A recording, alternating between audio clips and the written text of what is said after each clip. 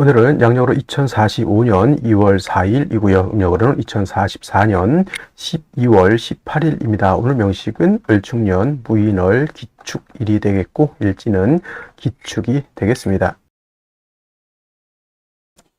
자, 사주팔자 또는 사주 명식을 우리가 분석해서 사람의 길흉을 우리가 판단을 하고, 길한 것은 우리가 추구를 하고요. 그 다음에 흉한 것은 우리가 피해가기 위해서 사주 명리학을 공부를 하게 됩니다. 근데 중요한 것은 그냥 무턱대고 하는 것보다는 핵심을 잡고 큰 줄기를 잡고 사주를 분석할 수 있는 어떤 안목과 우리가 스킬을 안다라고 하면 사주를 조금 더 보다 면밀하고 세심하게 보다 깊이 있게 분석할 수가 있겠죠. 그래서 가장 중요한 8글자 사주팔자 중에서 가장 중요한 것은 일간과 그 다음에 월령이다라고 하는 것, 월지라고 하는 것은 강조해도 이거는 지나치지 않다. 일간이라고 하는 것은 그 사주의 주인공과 같은 것이고요.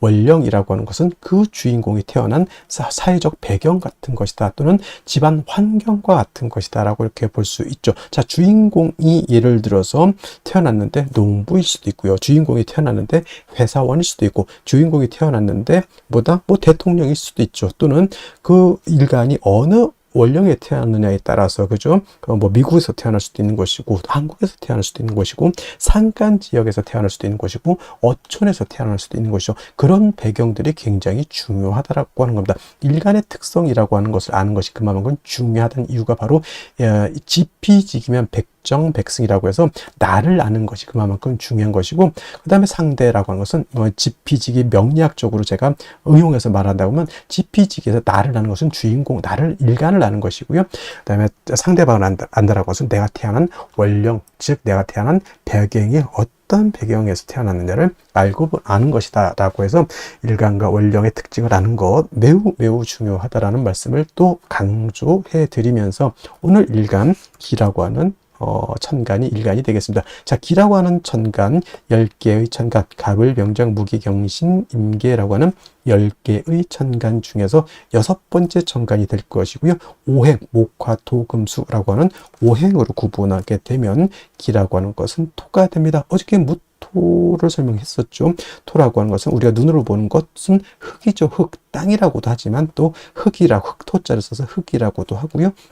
그 다음에 목화 금수는, 목은 따뜻한 온기, 그 다음에 화는 뜨거운 열기, 그 다음에 수는 차가운 냉기, 금은 숙살지기라고 해서 서늘한 기운, 이렇게 말하는데, 토라고 하는 것은 어느 하나에 배속되지 않는다라고 말씀을 드렸죠. 그래서 토라고 하는 것은 중앙에 거하면서 사후에 기생한다, 이렇게 설명을 드렸습니다. 기생한다. 이거는 이런 것들은 뭐가 이렇게 중요해 이렇게 하실 수도 있겠지만, 이런 것들은 많이 들어놓으시, 이것 제가 거기 명리 고전에서 이제 원래는 다 한자로 되어 있는 것을 이렇게 좀 분석해서 써드리는 것이니까 이해해 주시고, 중앙에 거하는 토는 무토기토, 무기토를 말하는 것이고요. 사후에 기생하는 토는 진술, 충미토를 말한다, 이렇게 보시면 되겠습니다. 그러니까 토라고 하는 것은 봄, 여름, 가을, 겨울 어느 하나에 딱 박힌 것이 아니라, 진이라고 하는 것은 봄에 배속되어 있는 토, 술은 가을에 배속되어 있는 토, 축이라고 하는 것은 겨울에 배속되어 있는 토, 미라고 하는 것은 여름에 배속되어 있는 토이기 때문에, 토라고 하는 것은 어느 한 계절이 아니라 네 계절에 모두 관장한다라고 해서 사계월이라고도 하죠. 그래서 진월은 모춘이라고 하고요. 술월은 모추라고 하고, 그 다음에 축은 모동이라고 하고, 비는 어떻다? 모하라고도 하죠. 이 모자가 어떤 모자예요? 저물 모자, 저물자. 그 계절이 저물어 가는 거죠. 그러니까 뭐야? 늦자를 붙였죠. 늦자, 저물 모자인 것이고, 늦자를 붙여서 모춘 같은 경우는 늦 봄이 되는 것이고, 그 다음에 모추는 늦 가을이 되는 것이고, 그 다음에 모동은 늦 겨울이 되는 것이고, 그 다음에 봄, 여름, 모하 같은 경우는 늦 여름이 된다, 이렇게 되는 거예요. 좀 모자를 붙일 수도 있고, 개자를 붙여서 개동, 개하 이렇게 또 하고요. 개춘이라고도 이렇게 표현하고, 개축이 아니라 개춘이 되겠죠. 개춘은 늦끝 개자니까 봄의 끝이라고 하는 뜻이다. 해서 항상 이 진술 충미는 그 계절의 끝을 말하면서 환절기가 되고, 이쪽 계절과 저쪽 계절을 연결시켜주는 그런 완충 작용을 하는 그러한 계절이다라고 보시면 되겠습니다. 그래서 딱히 어느 계절이 아니라 그 모든 계절을 다 관장하는, 쉽게 말하면 오지랖 넓은 오행이 또 토라고 하는 것이다 라고 이렇게 볼 수 있죠. 그래서 토라고 하는 사람들이 사람이 오누독시라고, 사람이 좋습니다. 이쪽 사람도 다 이렇게 좋게 봐주고 저쪽 사람도 다 좋게 봐주고 이쪽과 저쪽을 연결시켜주는 중개업 같은 거를 또 잘 하는 것이 또 무토일간 기토인간이죠. 결혼 중매, 직업 속에서 이런 것들이 있죠. 그 다음에 중개 중매, 예를 들어서 비서실 같은 게, 대통령 비서실 같은 그런 쪽에서도 일하는 사람, 대기업 비서실 같은 것도 해당이 될 수 있겠죠. 이쪽과 저쪽을 연계시켜주는 그런 역할 같은 직업을 하면 잘하는 것이 바로 토일간들이다라고 보시면 되겠습니다. 그 다음에 토라고 하는 것, 색깔은 노란색이 되겠습니다. 색깔 노랑이 되겠고, 목은 파란색, 그 다음에 화는 빨간색, 금은 하얀색, 수는 검정색, 토는 노란색. 그래서 중앙에 있는 나라를 보면 대체적으로, 원래 이게 명리학이 대체적으로 중국에서 나왔잖아요. 그래서 중앙이라고 하는 것은 중국을 뜻하고, 산으로 와서는 곤륜산이라고 해서 저기 에베레스트 산을 세계 중앙으로 이렇게 본다라고 하는 것. 그래서 중국 사람들이 노란색이기 때문에 중국 사람들이 어떤 색깔 좋아하죠? 빨간색을 좋아합니다. 왜냐하면 화생토하죠. 화라고 하는 것은 빨간색, 자기네들은 중앙토 노란색이기 때문에 빨강이 노랑을 도와준다, 이런 개념으로서 중국 사람들이 빨간색을 좋아한다. 물론 진짜 그런지는 모르겠지만 진짜 그 중국 사람들 빨간색 어마무시하게 좋아한다, 이렇게 얘기를 들었고요. 인의 예지신이라고, 오산 중에서는 토라고 하는 것은 믿음을 뜻한다. 이것도 어제가 설명드렸습니다. 왜 믿음이냐? 토라고 하는 것은 안정적이고 항상 그 자리에 버티고 있는 것이 토입니다. 싱크홀이 생겨가지고 땅이 꺼진다거나, 또는 없었던 땅이 생기거나, 없었던 땅이 생기면 좋겠지만은, 포락이라는 단어가 있어요. 포락. 예를 들면 바닷가라든가 강가 같은 데 땅이 있다가 어느 순간 그냥 물에 휩쓸려서 땅이 쑥 없어져 버리는 경우도 있단 말이죠. 그러면 포락지에다가 내가 논이라든가 밭을 이렇게 있었는데 포락지에 땅이 쑥 꺼져 버려서 물 때문에, 그러면 뭐야, 내 논밭이 없어지는 거죠. 그 순간 또 물 때문에 또 땅이 생기는 곳도 없지 않아 있습니다만은, 그래서 토라고 하는 것은 생겼다 없어졌다 이렇게 되면 안 되는 것이고, 항상 그 자리에 늘 오래된 된장처럼 있는 것이 필요하다라고 해서 토라고 하는 것이 믿음을 뜻한다, 이렇게 볼 수가 있겠습니다. 자, 토라고 하는 것 다시 음과 양으로 구분해 볼 수가 있죠. 어저께 무토라고 하는 것을 우리가 공부를 했었습니다. 무토라고 하는 것은 같은 토이지만 무토는 양토가 되는 것이고, 오늘 공부하게 되는 기토라고 하는 것은 음에 해당되는 음토가 됩니다. 그래서 같은 오행인 토라 하더라도 음양의 차이가 있다. 음양이라고 하는 것은 남녀 같은 개념이기 때문에 양은 좀 크고 넓고 좀 방대하고 좀 그러한 좀 동적이고 움직임 크다라고 봤을 때, 음은 좀 정적이면서 작고 아담한 그런 개념으로 보죠. 그래서 무토라고 하는 양토는 어저께 고항토라고 설명을 했습니다. 큰 산맥 같은 거, 산과 산맥은 다르죠. 큰 구름 같은 것, 또는 평야라든가 평야보다 더 멋진 개념이죠. 광야에서라고 하는 노래도 있습니다. 광야.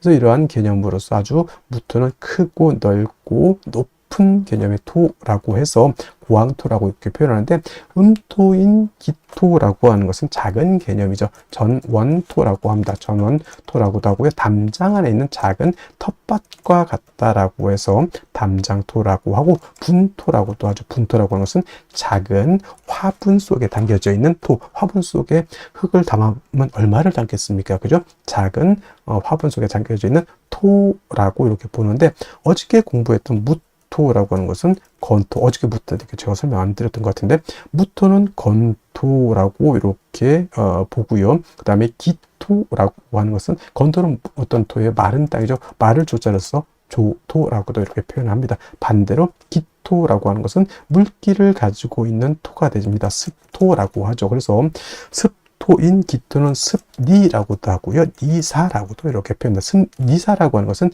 진흙 니자에다가 모래사자, 진흙 있죠. 물기가 있어서 자작자작한 뻘 같은 개념, 갯벌 같은 그런 개념으로 보시면 되겠고요. 습리도 같은 개념입니다. 그래서 우리가 흔히 배울 때 토생금 한다라고 하죠. 토생금. 토가 금을 생할 때 건토는 생금 불능이고요. 습토라야 생금 가능하다라고 하는 것도 여러분들 꼭 기억해 두시면 좋겠습니다. 예를 들면 일간이 경금, 신금, 이거나 경금이나 신금일간이거나 또는 경금, 신금이 용신인데 약해. 그때 토로서 금을 생할 때는 무토로서는 생각이 안 된다는 얘기입니다. 기토 또는 지지로 습토는 진토와 축토라야지만 금을 생할 수 있고 무토 또는 지지로 미토 그 다음에 술토는 생금이 불능하다. 이거는 건토는 금을 생할 수 없다라고 하는 것. 그럼 무토는 뭐다 용도가 없으니까 아니죠. 무토는 술을 갖다가 제할 때 특히나 임수를 제방하는 공력은 기토는 거의 능력이 없다라고 보고요. 임수 큰 물을 갖다가 막는 데는 우리 무토가 있어야지만 물을 막을 수 있다. 우리가 토목공사라고 하죠. 토목공사 그때 느낀 토목공사의 느낌은 기토가 아니라 바로 무토 개념으로 이렇게 생각하시면 되겠습니다. 그래서 기토라고 하는 것은 작은 텃밭이고 무토 같은 경우는 일간이 왕하면 간목, 병화, 개수를 쓴다고 했지만 기토는 작은 텃밭이기 때문에 이미 화초가 심어져 있는 뭘로 본다? 그냥 심어져 있는 화분 같은 것 아니면 화초가 심어져 있는 텃밭 이렇게 생각하시면 돼요. 그래서 굳이 기토가 왕하다 하더라도 간목은 필요가 없겠고 이미 화초가 심어져 있기 때문에 따뜻한 햇볕과 병화와 뭐가 필요하다? 개수만 있다라고 하면 기토로서의 용도가 나타날 수 있다. 물론 기토가 간목을 쓰는 경우도 없지 않아 있습니다. 기토가 예를 들어서 진술충묘월에 태어나서 왕하다거나 무토가 정관에 투출을 한다거나 그런 경우에는 예외적으로 간목을 쓰고요. 그 다음에 묘월의 기토는 간목을 쓰는 경우가 있습니다. 그래서 전혀 안 쓴다라고 하는 개념은 아니고요. 무토는 왕하면 무조건 간목을 써야 되지만 기토는 왕하더라도 특별한 경우가 아니고 저는 무토는 일단은 차취하고 병화 개수를 위주로 쓴다 말씀드렸던 것처럼 4, 5, 묘월 뜨거운 여름 같은 때는 개수가 핵심 관건이 되는 것이고요. 해자, 축월, 겨울 같은 경우에는 병화가 핵심 관건이 된다. 이렇게 기억해 두시면 크게 어려움 없이 기토를 이해할 수 있겠다라고 말씀을 드릴 수 있겠습니다. 자, 다음으로 원령에 대해서 알아보도록 하겠습니다. 월령이라고도 하고요. 이 월령은 다른 말로 월지라고도 하고 월원이라고도 이렇게 표현 다 같은 말. 월주의 지지를 이루는 명칭이 월령, 월지, 월원 이렇게 표현하게 되는 것이고 이 월령, 월지, 월원이 중요한 의미를 가지고 있는 것은 계절의 개념을 가지고 있다라고 하는 겁니다. 계절이라고 하는 것은 춘하, 추동을 말하는데 봄, 여름, 가을, 겨울 이 안에는 우리가 왕세와 한열이라고 하는 개념을 추론해낼 수 있는 글자가 바로 이 월령, 월지가 되기 때문에 매우 중요한 것이고 사주가 길한 사주라고 말씀을 많이 하죠. 좋은 사주는 어떤 사주인가? 이 왕세와 한열이 중화를 잘 이룬 사주가 아주 부귀 영화를 누릴 수 있는 사주고 그 다음에 왕세와 한열이 중화를 이루지 못했다 그러면 빈천한 사주가 될 수 있는 그런 사주가 되는 것이다. 자, 지금은 이제 월령이 인월이 되었습니다. 인월이라고 하는 절기를 먼저 보게 되면 절기는 입춘과 우수로 구분이 되어 있는데 바로 이 입춘이 되면서 월이 바뀌게 됩니다. 입춘이 되면서 동절이었던 축월에서 그 다음에 춘절인 인월로 이렇게 바뀌게 되는 것이죠. 그래서 이 해자축월이 겨울이었다라고 하면 인월, 묘월, 진월 같은 경우에는 계절로는 이제 춘절이라고 해서 봄이 되는 것이고 따뜻한 온기를 가지고 있다. 목이라고 하는 것은 따뜻한 온기를 말합니다. 그래서 인월, 묘월, 진월은 동방, 목의 기운을 가지고 있는 따뜻한 봄이 된다. 그래서 인월이라고 하는 것은 초춘, 초봄이라고 이렇게 표현하고요. 묘월은 중춘이라고 표현을 하고 진월이라고 하는 계절은 모춘, 늦봄이라고 이렇게 표현하는데 인월은 목이라고 하는 오행이 임관지가 되고 묘월은 제왕지가 돼서 목이 인묘월에 가장 왕성하고 진월은 또 설명을 드리겠지만 진월은 봄에서 여름으로 넘어가는 환절기가 되는 것이 바로 이 진월이다. 그래서 실질적으로 목이 왕한 계절은 인월과 묘월이다라고 말씀을 드릴 수 있겠습니다. 한 가지 이 인월은 제가 초춘이라고 말씀을 드렸죠. 겨울에서 이제 금방 봄으로 넘어왔기 때문에 아직은 겨울의 차가운 기운을 가지고 있다라고 볼 수 있죠. 그러니까 아직은 겨울에 차가운 한기가 한기가 미진하다, 아직 다 가시지 않았다라고 해서 대부분 조후라고 하는 개념을 필요로 합니다. 그래서 조후라고 하는 것은 뭐다? 차가운 것을 따뜻하게 하거나 또는 더운 것을 시원하게 만드는 것인데, 인월은 겨울에 차가운 한기가 남아 있기 때문에 화를 얻어서 따뜻하게 조후해야 되는데, 이때 필요한 화는 병화를 얻는 것이 좋고, 물론 정화를 얻어서 쓸 수도 있겠지만은 아직은 이 정화라고 하는 것은 병화에 비해서 조후할 수 있는 그러한 힘이 부족하다, 이렇게 볼 수가 있겠습니다.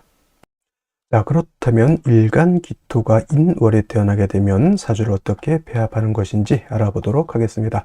자, 일간기토라고 하는 것은 음토가 되죠. 무토가 양토가 되는 것이고, 음토인 기토는 음토가 되는 것인데, 무토가 구황토라고 해서 큰 산과 같았다라고 하면, 음토라고 하는 것은 전원토와 같습니다. 작은 텃밭 같은 개념이고요. 여러분, 기토 설명할 때 제가 뭐라고 했냐면, 기토는 화초가 심어져 있는 그러한 문전없다, 비옥한 토와 같다, 이렇게 생각하시면 된다 그랬어요. 그래서 기토라고 하는 것은 아무리 신왕하더라도 간목 관사를 쓰는 관사를 쓰는 것은 그렇게 많지 않고, 예외적인 경우 간목을 쓰는 경우가 있지만 주로 기토라고 하는 것은 따뜻하게 해줄 수 있는 병화와 그 다음에 기토가 마르지 않도록 해줄 수 있는 개수를 위주로 용신을 치용한다. 그래서 일간 기토가 약하면 병화를 위주로 쓰고, 또 일간 원령 자체가 너무 뜨거우면 개수를 우선해서 쓴다, 이렇게 보시면 되겠는데, 자, 기토가 태어난 원령이 인월이죠. 인월은 계절로는 봄에 됩니다. 봄, 초춘이라고 말씀을 드렸죠. 봄. 근데 이 초춘인 봄은 아직은 겨울에서 바로 넘어왔기 때문에 춥다, 아직 한기가 미진하다, 한기가 남아있다라고 보죠. 그 다음에 이 인월은 목이 왕한 계절이 되겠습니다. 목이라고 하는 것은 어떤 역할을 합니까? 물론 목이라고 하는 것은 화를 생하는 역할도 하지만, 목이라고 하는 것은 토를 극하는 관계가 있죠. 목극토의 관계가 성립이 되기 때문에, 기토가 인월에 태어나게 되면 관성은 왕한테 일간이 약한 그런 구조가 되죠. 그래서 기토가 인월에 태어났는데, 묘월도 마찬가지겠지만 목이 많아지게 되면 기토는 금방 산토가 되죠. 산토, 토가 흩어져서 날아가 버린다라고 하는 것을 말합니다. 그래서 일간 자체 기토가 약하기 때문에 역시나 병화를 먼저 얻어서 기토를 갖다 생조해 주는 것이 필요하다. 이때 인월의 병화는 인중에 있는 병화가 투출되는 거기 때문에 병화는 약하지 않습니다. 그래서 병화가 인월에 태어나게 되면 관성인 목의 기운을 설해서 이 기토를 생조해 주는 역할도 하고, 또 어떤 역할도 합니까?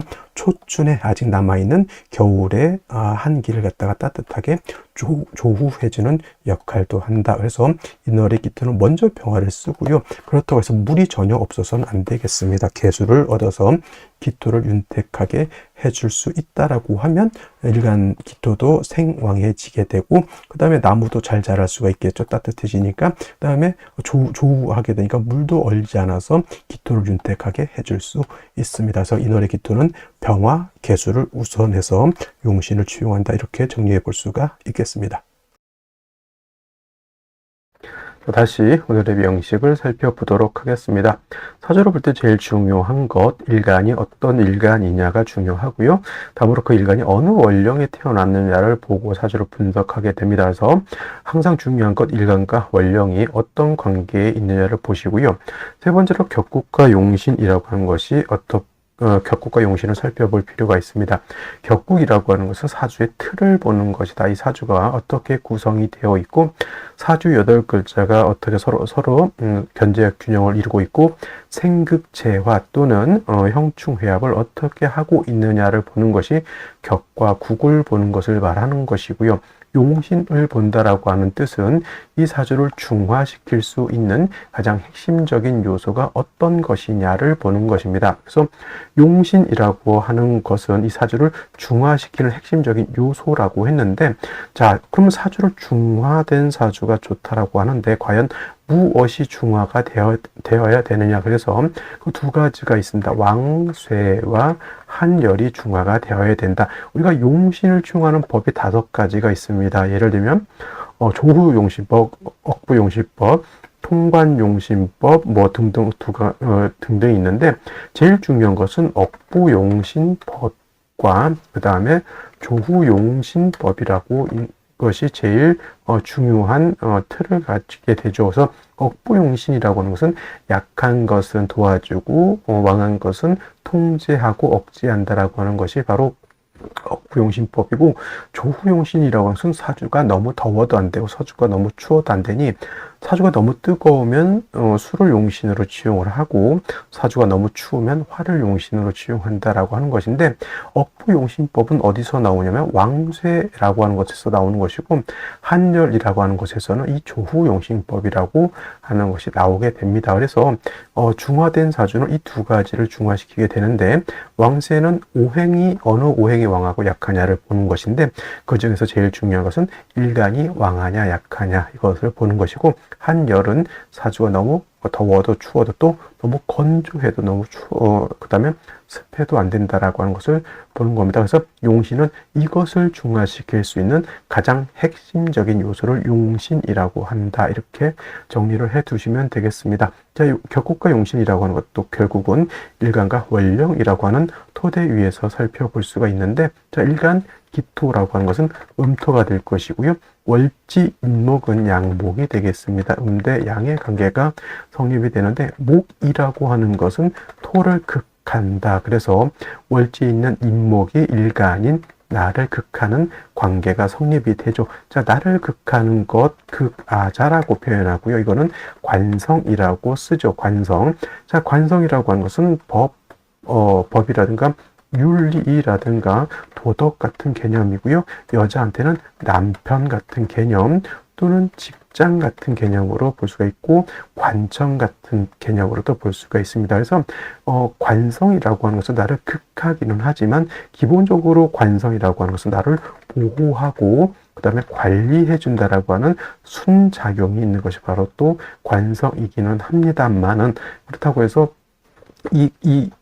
극의 관계가 너무 지나치다 보면은, 예를 들면 남편이 너무 폭력적이라든가, 또는 사회의 법, 윤리, 도덕이 너무 예를 들어서 악법이라든가 이런 것은 뭐다 좋은 작용이 되지 않죠. 그래서 이것이 순작용일 때는 법, 윤리, 도덕으로서 나를 관리해주지만, 역작용이 나타날 때는 질병, 도적, 적군, 관제, 구설, 송사 등등으로 나타날 수도 있다, 이렇게 보는 거죠. 그래서 관성이라고 하는 것은 두 가지로 구분해 볼 수 있습니다. 정관과 편관으로 구분해 볼 수 있고, 편관은 다시 칠살이라고도 표현을 하는데, 정관은 그야말로 바른 관청이 되겠습니다. 그래서 아까 말했던 법, 윤리, 도덕 같은 개념, 이런 개념이 바로 정관의 개념이고요.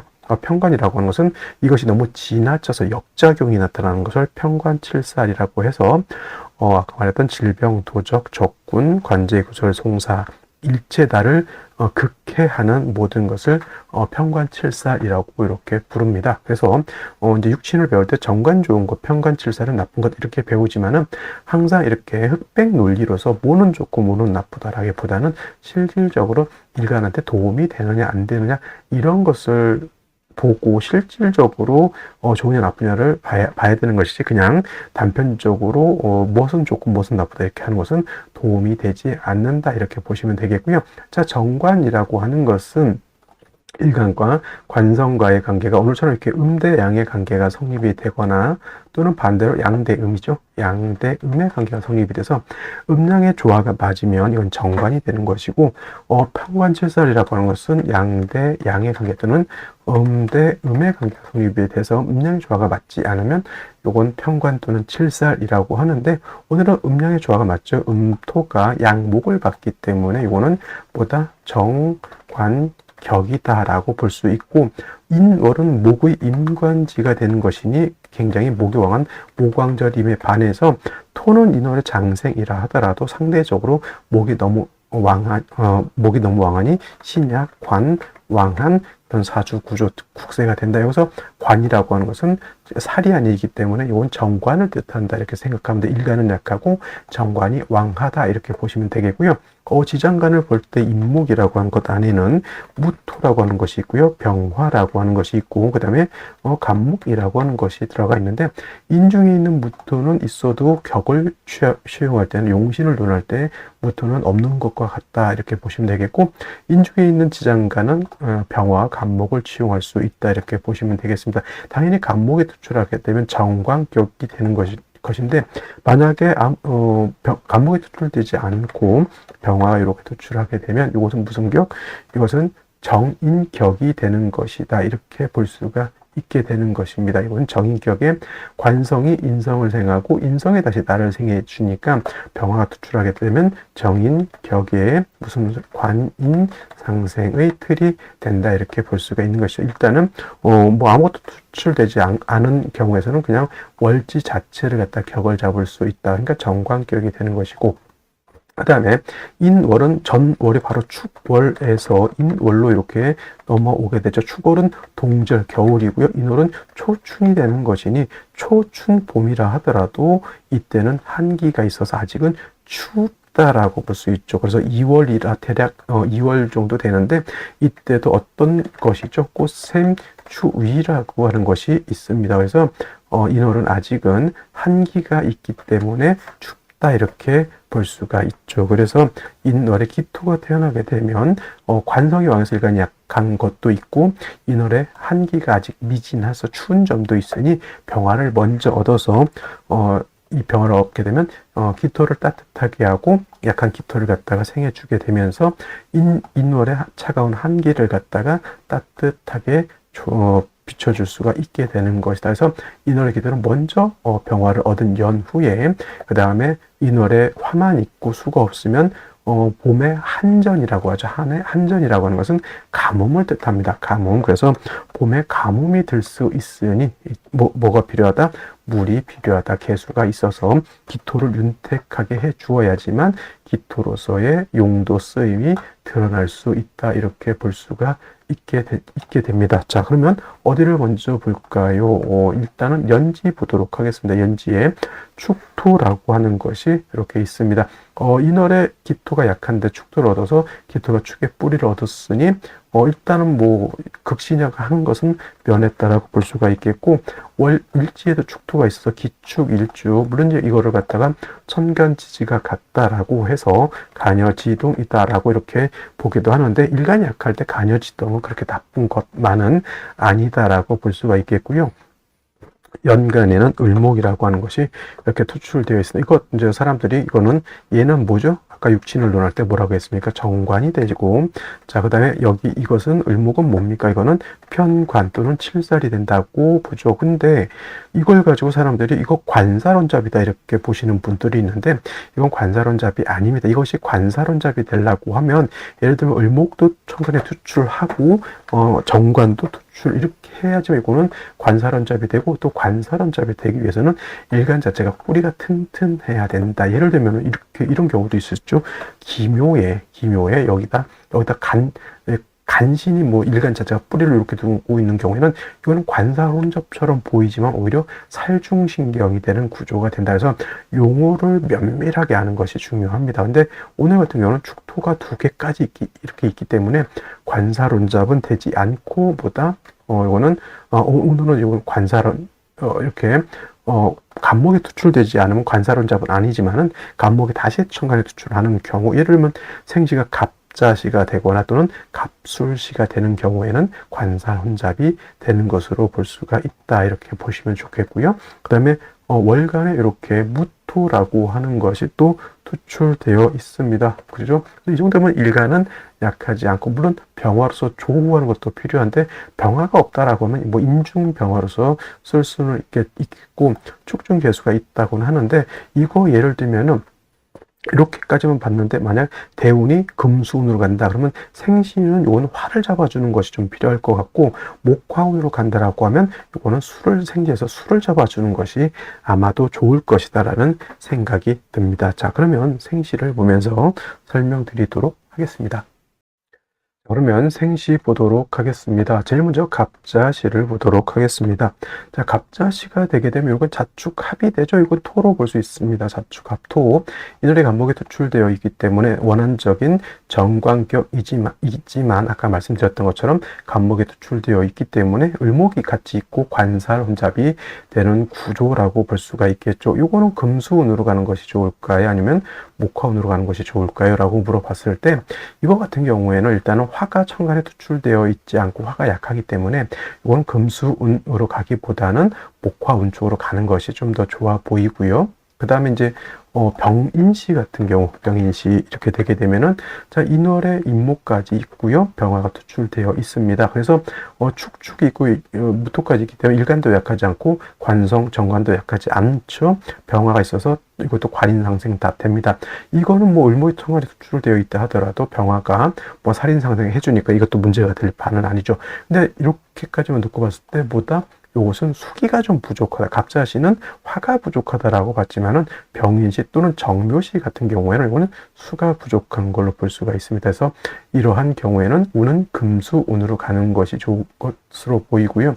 정묘시도 마찬가지가 되겠고요. 그 다음에 이제 무진시 같은 경우에는 또 토가 많아지고 있습니다. 근데 이거 토가 많아지면은 조우하고는 관계가 없습니다. 어떤 분들이 해자주간에 태어나서 추운데 무토가 있으면 조우가 된다 이렇게 말씀하시는 분들이 있는데 그건 그렇지 않다 이렇게 볼 수가 있겠고, 화가 부족한 상태에서 수운 가게 되면 땅이 얼게 될 것이고, 이건 차라리 그냥 수가 좀 부족한다 하더라도 습토가 물기를 가지고 있는 진토, 축토가 2개, 3개 있기 때문에 이거는 일단은 뭐 목화운으로 가는 것이 제가 봤을 때는 좀 더 좋아 보인다라는 생각이 들고요. 기사시라든가 경호시 마찬가지로 이거는 화가 있기 때문에 이거는 목화운보다는 여기 같은 경우에는 금수운으로 가는 것이 좋을 것으로 보이고, 반대로 임신시라든가 계유시 같은 경우에는 이건 수를 충분히 가지고 있고 한습하니까 이거는 목화운으로 가는 것이 좋겠다 이렇게 말씀드릴 수가 있겠습니다. 그래서 이거는 이제 남녀에 따라서 생시를 좀 달리 볼 필요가 있는 구조의 사주가 된다 이렇게 보시면 되겠습니다. 자, 오늘 여기까지 설명드리도록 하겠습니다. 감사합니다.